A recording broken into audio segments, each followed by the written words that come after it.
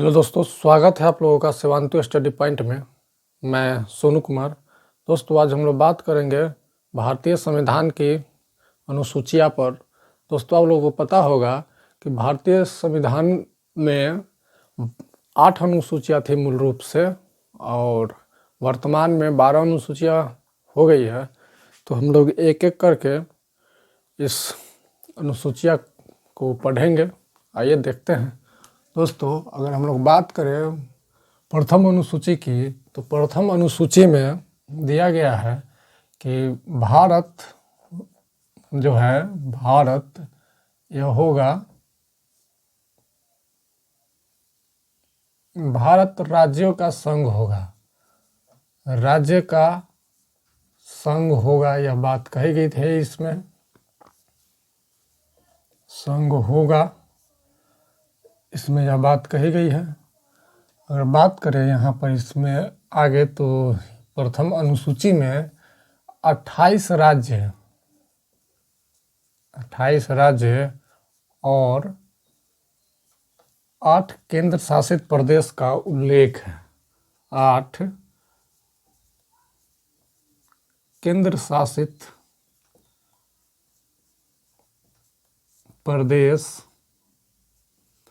प्रदेश के बारे में इसका उल्लेख किया गया है। यहाँ पर नाम लिखा हुआ है कि भारत में 28 राज्य होंगे और 8 केंद्र शासित प्रदेश होंगे।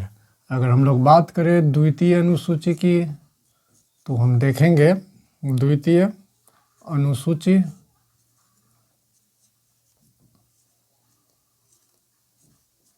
हम लोग बात करते हैं द्वितीय अनुसूची की। तो दोस्तों, इसमें भारतीय संवैधानिक पदाधिकारी के बारे में लिखा गया है। भारतीय संवैधानिक पदाधिकारी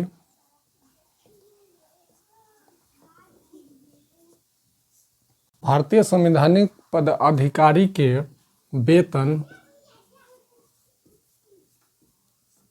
वेतन भत्ता और पेंशन के बारे में उल्लेख है। पेंशन के बारे में उल्लेख किया गया है। ये द्वितीय अनुसूची में है, उल्लेख किया गया है। ये द्वितीय अनुसूची में है। वेतन आप लोग को पता होगा, कार्य के बदले मिलने वाले धन को हम लोग वेतन कहते हैं, और भत्ता कार्य के अलावा अगर कोई काम आप करते हैं तो आपको जो धन मिलता है उसे भत्ता। और पेंशन की बात करें तो पेंशन रिटायर होने पर जो धन मिलता है उसी को हम लोग पेंशन कहते हैं। तो यहाँ पर बात आती है कि द्वितीय अनुसूची में कौन कौन से पद हैं जिनकी वेतन भत्ता और पेंशन का उल्लेख है। दोस्तों, यहाँ से आप ध्यान रखेंगे इसे इस प्रकार से, इसमें राष्ट्रपति, उसके बाद आप ध्यान रखेंगे उपराष्ट्रपति, इसके बाद राज्यपाल, और आप याद रखेंगे राज्यपाल। ये राज्यपाल, वो ये तीनों जो हैं एक ही पोस्ट लगभग है, एक ही तरह के पोस्ट हैं, ये देश में होते हैं, और इन्हीं के ये राष्ट्रपति के नहीं होने पर उपराष्ट्रपति कार्य करते हैं, और राज्यपाल जो कि आपको राज्य में होते हैं, ये आपको पता होगा। जिस प्रकार से देश के मुख्य व्यक्ति राष्ट्रपति होते हैं, उसी प्रकार से राज्य के मुख्य व्यक्ति की अगर बात की जाए सरकार में, तो राज्यपाल होंगे। और दूसरी नंबर पर आप याद रखें, तो इस तरह से आप याद रख सकते हैं तीनों में कि तीनों भाई है। ये तीनों पोस्ट आपस में भाई के चारा का भाव उत्पन्न करता है, देखने से लगता है। और तीसरी बात है, दूसरी में आप याद रखें अध्यक्ष और उपाध्यक्ष की अगर बात करें, ये आपको कहाँ कहाँ देखने को मिलते हैं। अध्यक्ष और उपाध्यक्ष कहाँ कहाँ होते हैं, तो आप देखेंगे राज्यसभा राज्यसभा में नहीं होते हैं। लोकसभा आपको लोकसभा में देखने को मिलेगा और विधान सभा में आप विधानसभा में देखेंगे और लोकसभा में आपको देखने को मिलता है। अगर आप तीसरे नंबर पर आप याद करेंगे तो आप ध्यान देंगे, तीसरे नंबर पे दोस्तों हम देखेंगे कि आप देखें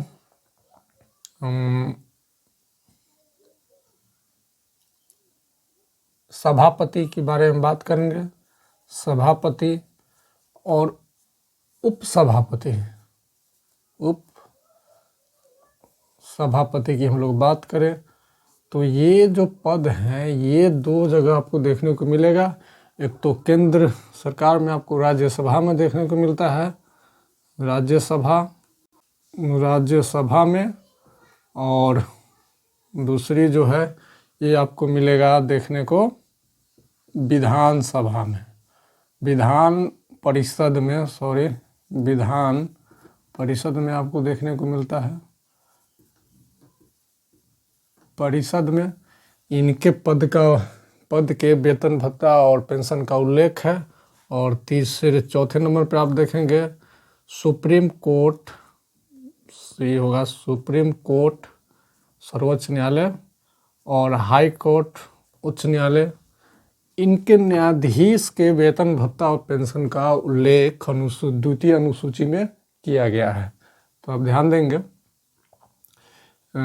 सुप्रीम कोर्ट हाई कोर्ट के न्यायाधीश का जो वेतन है, भत्ता है और पेंशन, इसका उल्लेख है द्वितीय अनुसूची में। और आप 5वें नंबर पर याद रखेंगे कैग, जिसे हम लोग शॉर्ट फॉर्म में कैग कहते हैं, लेकिन इसका नाम आप देखेंगे तो कंट्रोलर आप याद रखेंगे इसे, नियंत्रक महालेखा परीक्षक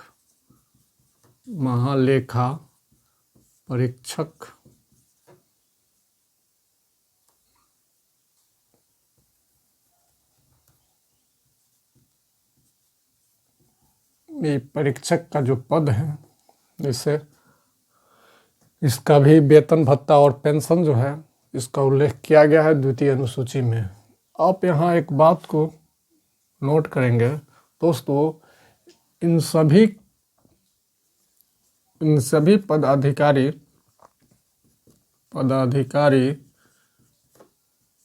को वेतन, ध्यान रखेंगे, वेतन भत्ता और पेंशन जो है ये भारत सरकार की संचित निधि से दिया जाता है। अर्थात यहाँ लिखेंगे हम लोग संचित निधि से दिया जाता है। आप इसे ध्यान में रखेंगे कि इन सभी का जो वेतन है वो भारत सरकार के संचित निधि से दिया जाएगा। और आगे बात करें तो तृतीय अनुसूची की हम लोग बात करेंगे। तृतीय अनुसूची की तो हम लोग देखेंगे दोस्तों, तृतीय अनुसूची में भारतीय संवैधानिक पद अधिकारी द्वारा लिए जाने वाले शपथ पत्र के प्रारूप का उल्लेख है। तो हम लोग इस पर बात करेंगे कि इसमें क्या है। भारतीय संवैधानिक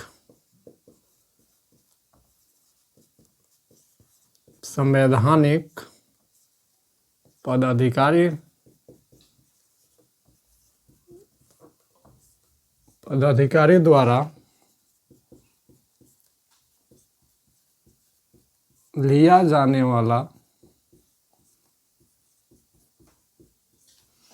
जो शपथ पत्र का उल्लेख है, आप इसे ध्यान में रखेंगे, उल्लेख है। आप द्वितीय अनुसूची और तृतीय अनुसूची में बहुत से स्टूडेंट कंफ्यूज होते हैं, तो आप पहले ध्यान रखेंगे कि पहले में वेतन है और दूसरे में शपथ पत्र का उल्लेख है। सीधा आप ध्यान रखेंगे, कोई भी व्यक्ति काम क्यों करना चाहता है, वेतन के लिए, उसके बाद उसी के अनुसार वो काम ढूंढता है। इस तरह का आप विचार मन में बनाकर इसे याद कर सकते हैं। दोस्तों आगे देखें तो आप ध्यान देंगे कि इसमें शपथ पत्र का उल्लेख दिया गया है, लेकिन किन किन पदों का शपथ पत्र का उल्लेख है या आप उनके प्रारूप हैं इसमें, तो आप ध्यान देंगे। पहले नंबर पर याद रखें लोकसभा और राज्यसभा। यहाँ पर हम नीचे में लिखते हैं राज्यसभा। राज्यसभा ये जो पद हैं, पद बोल रहे हैं सॉरी, ये लोकसभा और राज्यसभा जो है, यहाँ पर आप ध्यान रखेंगे इनके सदस्य ही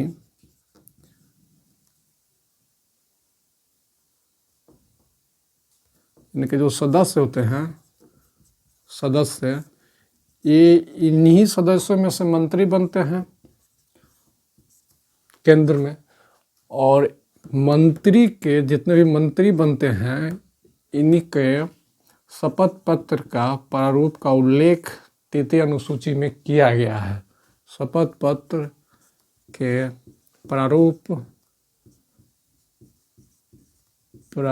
का उल्लेख है यहाँ पर 3वीं अनुसूची में किया गया है। ये बात आप ध्यान रखेंगे। आप यहाँ पर एक बात और ध्यान रखेंगे, जो प्राइम मिनिस्टर होते हैं, प्रधानमंत्री, वे भी एक मंत्री के रूप में ही शपथ लेते हैं, तो इन कार्य करते हैं वो प्रधानमंत्री के। ध्यान देंगे यहाँ पर। दूसरी नंबर पर याद रखेंगे राज्य में याद रखें विधानसभा और विधान परिषद। विधान सभा और विधान परिषद, विधान परिषद, इसे आप ध्यान में रखें। और इनके सदस्य भी राज्य में क्या बनते हैं, मंत्री, राज्य स्तरीय मंत्री बनते हैं। इनके भी जितने भी शपथ पत्र के प्रारूप है ये यहाँ पर उल्लेख किया गया है। क्या है, इनके शपथ पत्र का प्रारूप का उल्लेख है, 2वीं अनुसूची में ही है। तो ये हो गए केंद्र में और ये हो गए राज्य में। तीसरे नंबर पर आप याद रखें कि सुप्रीम कोर्ट और हाई कोर्ट, सर्वोच्च न्यायालय और उच्च न्यायालय का जो सर्वोच्च न्यायालय और उच्च न्यायालय के न्यायाधीश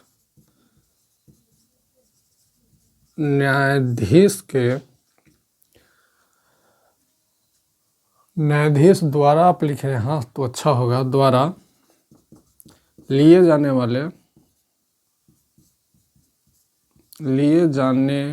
वाले शपथ पत्र के प्रारूप का उल्लेख है। आप यहाँ से इस लाइन में इसे जोड़ दें, जाने वाले जितने शपथ पत्र के प्रारूप का उल्लेख किया गया है। चौथे नंबर पर आप याद रखेंगे कैग, जो कि नियंत्रक भारत सरकार की यह संवैधानिक संस्था है। नियंत्रक महालेखा परीक्षक जो कि है महालेखा परीक्षक, ये परीक्षक का जो पद है, इनके भी शपथ पत्र के प्रारूप का उल्लेख यहीं पर किया गया है। आप यहाँ पर एक पॉइंट याद रखेंगे कि राष्ट्रपति और आप ध्यान देंगे उपराष्ट्रपति और तीसरे नंबर पर आप ध्यान देंगे राज्यपाल। इन तीनों का जो शपथ पत्र के जो प्रारूप है, इनका उल्लेख यहाँ पर नहीं है। आप डायरेक्ट लिखें शपथ पत्र के प्रारूप का उल्लेख, ये जो है 3वीं अनुसूची में लोगों का नहीं दिया गया है, नहीं दिया गया है यहाँ पर। तो क्यों नहीं दिया गया, तो आप यहाँ पर ध्यान रखेंगे इनका जो है ना अनुसूची में दिया गया है। अनुच्छेद जिसे हम लोग आर्टिकल कहते हैं, अनुच्छेद अनुच्छेद में इन लोगों का जो शपथ पत्र के प्रारूप है उनका उल्लेख किया गया है, इसलिए तृतीय अनुसूची में नहीं दिया गया है। आप ध्यान देंगे, ये दिया गया है यहाँ पर, इनका 60 में है, अनुच्छेद 60 में उपराष्ट्रपति का जो शपथ पत्र के प्रारूप का उल्लेख है, ये आप देखेंगे 69 में है, अनुच्छेद 69, अनुच्छेद जो है 69 में, और राज्यपाल का 159 में, आर्टिकल 159 में दिया गया है, अर्थात अनुच्छेद 159 में दिया गया है। तो आगे देखेंगे चौथी अनुसूची की अगर हम बात करें तो आप ध्यान देंगे चौथी अनुसूची दोस्तों, इस अनुसूची में राज्यसभा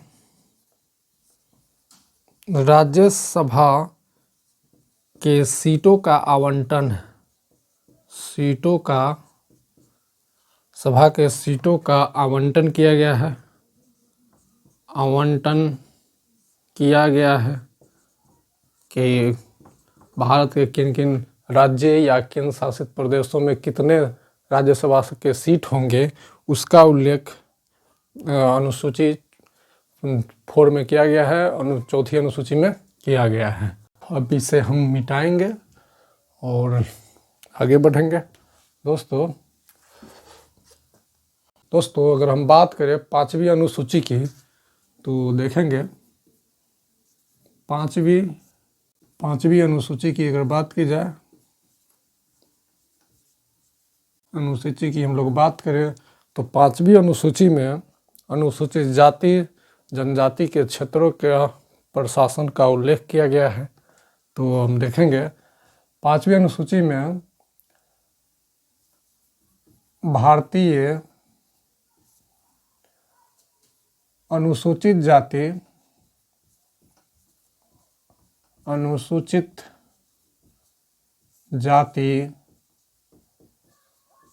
और अनुसूचित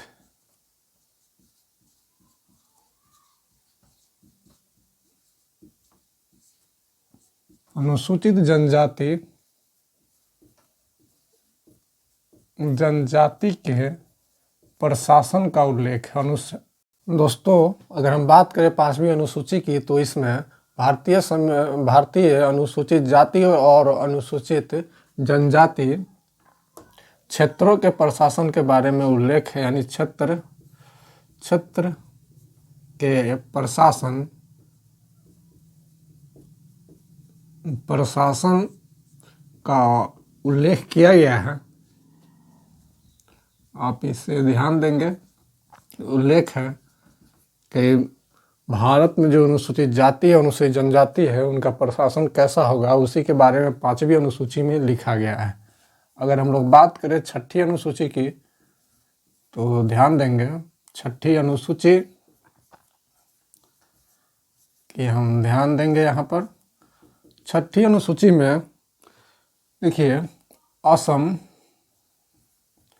इसका नाम बदल के असोम कर दिया गया है, हम असम ही लिखते हैं। असम, मेघालय,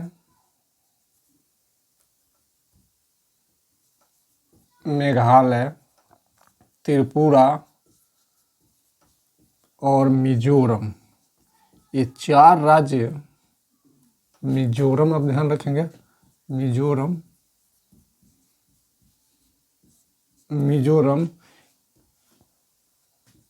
के जनजातीय क्षेत्र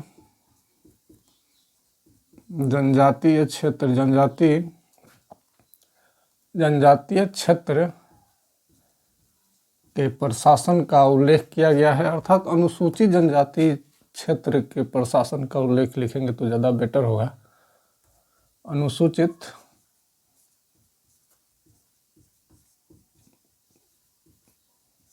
ध्यान रखेंगे, अनुसूचित जनजाति क्षेत्र के प्रशासन का उल्लेख इसमें किया गया है। यहाँ पर उल्लेख है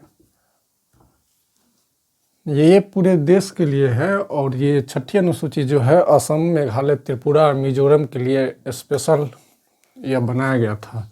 जनजातीय क्षेत्र के लिए पर उनके प्रशासन का उल्लेख किया गया है। और 7वीं अनुसूची की बात करें, 7वीं अनुसूची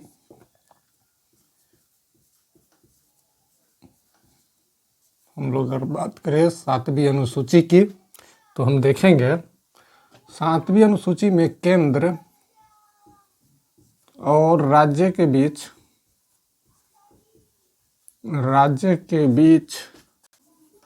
शक्ति का विभाजन है, अर्थात शक्तियों का बंटवारा किया गया है। राज्य के बीच शक्ति का विभाजन है,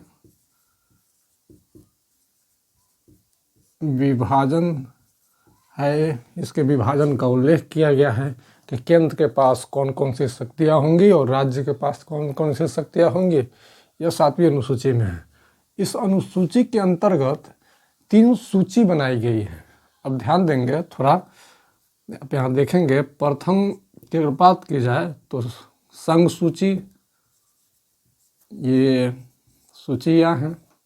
और दूसरी की बात की जाए तो आप ध्यान देंगे यह है राज्य सूची, राज्य सूची दूसरी नहीं है, समवर्ती सूची है। समवर्ती सूची का उल्लेख किया गया है यहाँ पर। और तीसरी की बात की जाए तो ये है राज्य सूची। राज्य सूची का यहाँ पर उल्लेख है। दोस्तों, संघ सूची में केंद्र जो है कानून बना सकता है या बना सकती है। देखेंगे संघ सूची, इसके विषय पर केंद्र कानून बना सकती है। देखते हैं इसमें केंद्र कानून बना सकती है, कानून बना सकती है, यह बात लिखी गई है इसमें। और समवर्ती सूची में केंद्र एवं राज्य दोनों कानून बना सकते हैं, दोनों कानून बना सकते हैं,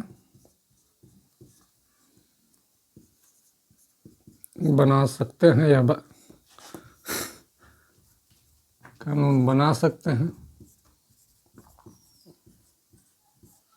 यह बात इसमें है। और राज्य सूची के जो भी विषय हैं इस पर राज्य द्वारा कानून बनाया जाता है, अर्थात राज्य कानून बना सकते हैं, इस पर। यही कारण है कि लोक स्वास्थ्य जो विषय है यह राज्य सूची का विषय है। इसी के अंतर्गत ऐसे बिहार में आप देखेंगे तो शराब बंद है। यही कारण है कि शराब राज्य सूची के विषय होने का कारण ही बिहार में बंद है, क्योंकि बिहार की गवर्नमेंट बंद कर रखी है। और यूपी को देखें तो वहाँ चालू है, झारखंड में देखें तो चालू है। यही कारण है। इसमें कौन कौन से विषय आते हैं ये हम लोग एक अलग वीडियो में। दोस्तों, राज्य सूची में राज्य कानून बना सकती है और आगे हम देखेंगे तो जो ये राज्य सूची है इसमें और आप संघ सूची है, इस पर आप ध्यान देंगे। इसका जो उल्लेख है अनुच्छेद 246 के 1 में है। और इसकी बात की जाए तो इसका उल्लेख अनुच्छेद 246 के 2 में है, या आप इस तरह से 2 लिखें, 246 के 2 में है। और राज्य सूची का जो विषय है इसका उल्लेख अनुच्छेद 246 के 3 में है। आप इसे इसी क्रम में याद रखेंगे तो बेहतर होगा। दोस्तों, इस 7वीं अनुसूची के हम लोग एक दूसरे वीडियो में पढ़ेंगे। अब देखते हैं 8वीं अनुसूची। बात की जाए 8वीं अनुसूची की तो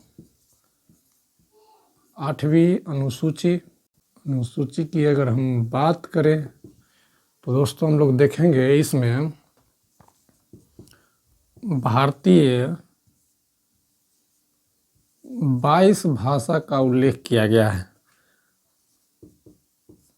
भारत के 22 भाषा का इसमें उल्लेख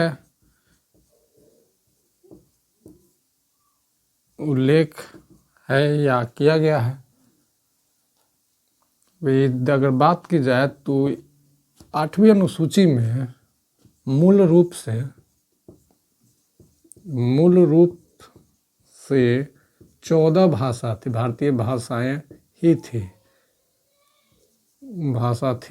लेकिन इसे संशोधन द्वारा 8वीं अनुसूची में और भाषाएं जोड़ी गई, जिससे 22 भाषाएं कुल हो गई। अब ध्यान देंगे यहाँ पर एक से एक सिंधी भाषा जो है, इसे 21वां संविधान संशोधन द्वारा संविधान संशोधन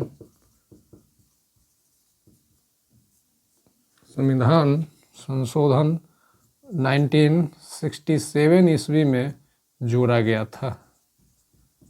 गया सिंधी भाषा को। और दूसरी की बात की जाए तो हम ध्यान देंगे नेपाली, ये भाषा जो है इसे, और यहाँ पर 3 भाषाओं को जोड़ा गया था एक ही साथ, आप इसे ध्यान में रखेंगे। नेपाली, फिर उसके बाद कोंकणी को आप ध्यान रखेंगे। उसके बाद मणिपुरी। इन तीनों भाषाओं को एक ही साथ आप लोग ध्यान में रखेंगे, एक ही साथ 71वें संविधान संशोधन 71वां संविधान संशोधन जो हुआ था, संशोधन 1992 ईस्वी में था, 1992 AD में जोड़ा गया था इसे हमारे संविधान में। और 8वीं अनुसूची की हम और बात करें तो आप ध्यान रखेंगे एक मैथिली भाषा, उसके बाद ये बिहार की भाषा है डोंगरी, ये डोंगरी भाषा, और बोरो भाषा, या आप इसे बोरो भाषा भी बोलते हैं, बोरो भाषा। इन तीनों को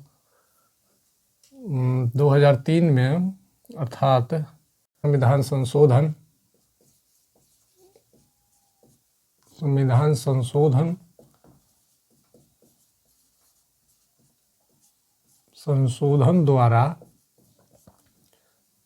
2003 ईस्वी में जोड़ा गया हमारे 8वीं अनुसूची में, से आप ध्यान में रखेंगे। और आगे बात की जाए तो हम देखेंगे 9वीं अनुसूची को। 9वीं अनुसूची की हम लोग बात करें तो देखेंगे 9वीं अनुसूची की अगर बात की जाए तो ये 9वीं अनुसूची जो है ये भूमि सुधार और संपत्ति अधिग्रहण से संबंधित है। तो आप इसे इस तरह याद रखेंगे कि भूमि सुधार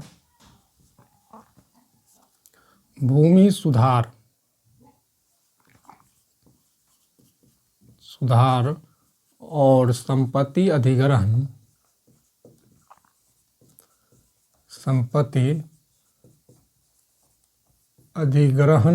से संबंधित है। अब इसे ध्यान में रखेंगे। भूमि सुधार और संपत्ति अधिग्रहण से आज तक 284 अधिनियम बनाए गए हैं। अधिनियम बनाए गए हैं या हैं, लिख सकते हैं, लिखते हैं बनाए गए हैं। आज तक में 284 अधिनियम 9वीं अनुसूची में भूमि सुधार और संपत्ति अधिग्रहण से संबंधित बनाए गए हैं। दोस्तों, इस 9वीं अनुसूची को जो है, इसे प्रथम संविधान संशोधन लिखें, ठीक रहेगा। प्रथम संविधान संशोधन द्वारा जोड़ा गया था, जोड़ा गया हमारे संविधान में। दोस्तों हुआ कब था आप देखेंगे, संविधान संशोधन द्वारा जोड़ा गया। आप इसे 1951 में, आप इसे आप ध्यान में रखेंगे कि 1951 में प्रथम संविधान संशोधन द्वारा जोड़ा गया था 1951 में। दोस्तों आप इसे ध्यान रखेंगे, इस अनुसूची में उल्लेखित किसी भी कानून को न्यायालय में चुनौती नहीं दी जा सकती है। इस बात का आप ध्यान रखेंगे। अर्थात यहाँ पर लिखेंगे हम लोग, इसे न्यायालय में चुनौती नहीं दी जा सकती, न्यायालय में चुनौती नहीं दी जा सकती, नहीं दी जा सकती है, दी जा सकती है। अर्थात भूमि सुधार और संपत्ति अधिग्रहण का अगर कोई भी कानून या अधिनियम पूरी तरह लागू नहीं हो रहा है तो आप उसे न्यायालय में चुनौती दे करके उसे लागू नहीं करवा सकते हैं। यह बात इसमें कही गई थी। लेकिन आप यहाँ पर ध्यान देंगे, देखिए 2007 यानी 2007 ईस्वी में सुप्रीम कोर्ट का एक फैसला आया। सुप्रीम कोर्ट ने एक फैसला दिया था 9वीं अनुसूची के संदर्भ में ही, और इसने कहा था यदि 9वीं अनुसूची का कोई भी कानून या विषय, कानून या अधिनियम मौलिक अधिकार का उल्लंघन करता है तो उसे न्यायालय में चुनौती दी जा सकती है। यह बात कही गई थी सुप्रीम कोर्ट के द्वारा। यदि कोई भी 2007 ईस्वी में सुप्रीम कोर्ट ने कहा था यदि 9वीं अनुसूची की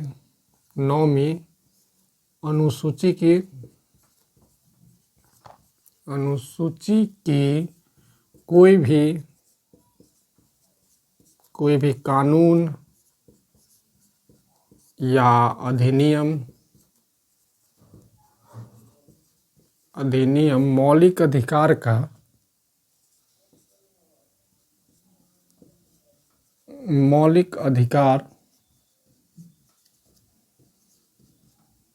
अधिकार का हनन या उल्लंघन लिखते हैं, उल्लंघन करता है तो इसे चुनौती दी जा सकती है, दी जा सकती है। यह बात कही गई थी इसमें कि यदि कोई भी कानून या अधिनियम मौलिक अधिकार का उल्लंघन करता है तो 9वीं अनुसूची को न्यायालय में चुनौती दी जा सकती है। यह बात कही गई थी। और 10वीं अनुसूची की हम लोग बात करें, 10वीं अनुसूची की हम लोग बात करें तो इसमें देखेंगे कि इसमें जो है दल बदल से संबंधित व्यवस्था संबंधित है। यह सीधा लिखेंगे दल बदल से संबंधित है। अर्थात इसमें क्या किया गया है कि यदि कोई भी नेता यदि दल बदलना चाहता है तो चुनाव से पहले दल बदल लेगा, चुनाव के बाद दल नहीं बदल सकता है। यह 10वीं अनुसूची में ही कहा गया है। इसे आप ध्यान देंगे, इसे 1985 ईस्वी में, दोस्तों इसे 1985 ईस्वी में 92वां संविधान संशोधन जो हुआ था, संशोधन हुआ था, 92वां संविधान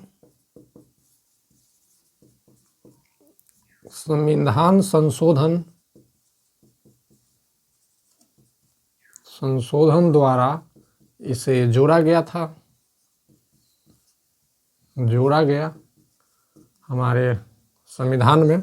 और 11वीं 11वीं की बात की जाए तो हम लोग बात करते हैं, इससे पहले इसे मिटा लेते हैं। 10वीं अनुसूची तो हो गया। 11वीं अनुसूची की अगर बात की जाए, 11वीं अनुसूची अगर बात करें हम 11वीं अनुसूची की अगर बात की जाए तो दोस्तों, इस अनुसूची में पंचायती राज व्यवस्था का उल्लेख किया गया है। अर्थात इसे हम लोग लिख सकते हैं, पंचायती राज व्यवस्था से संबंधित है, पंचायती राज व्यवस्था से संबंधित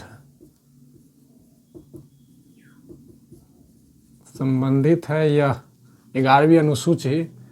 पंचायती राज व्यवस्था को इसके अंतर्गत 28 कार्य क्षेत्र दिए गए हैं, 28 कार्य क्षेत्र दिए गए हैं। और इस 11वीं अनुसूची को 1992, आप ध्यान देंगे 1992 से 1993 ईस्वी में संविधान, कौन सा संविधान संशोधन है भाई, 1992 से 1993 ईस्वी में 73वां संविधान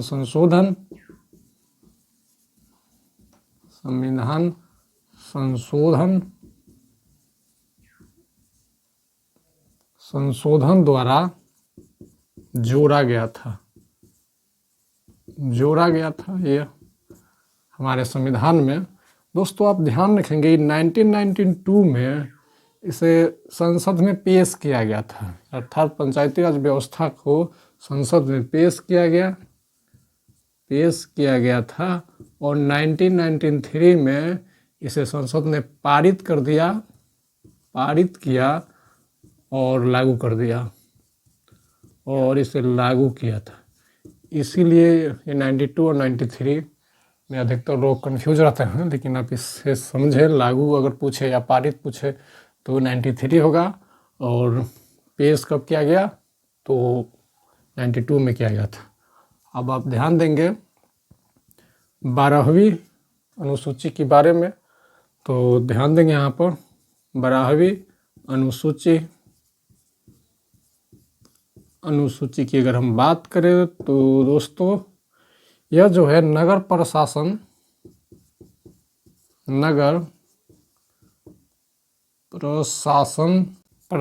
से संबंधित है। यह संबंधित है नगर प्रशासन से। दोस्तों इसके अंतर्गत नगर प्रशासन को 18 कार्य क्षेत्र दिया गया है,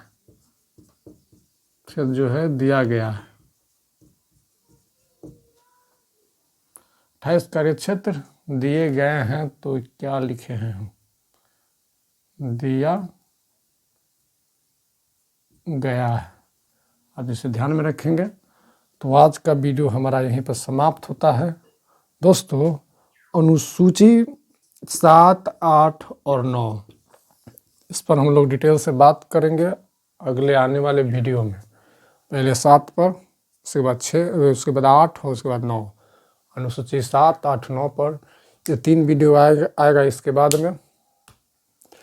तो आज का वीडियो यहीं पर समाप्त होता है। अच्छा लगा हो तो लाइक करें, सब्सक्राइब करें और दोस्तों में शेयर भी कर दें। धन्यवाद।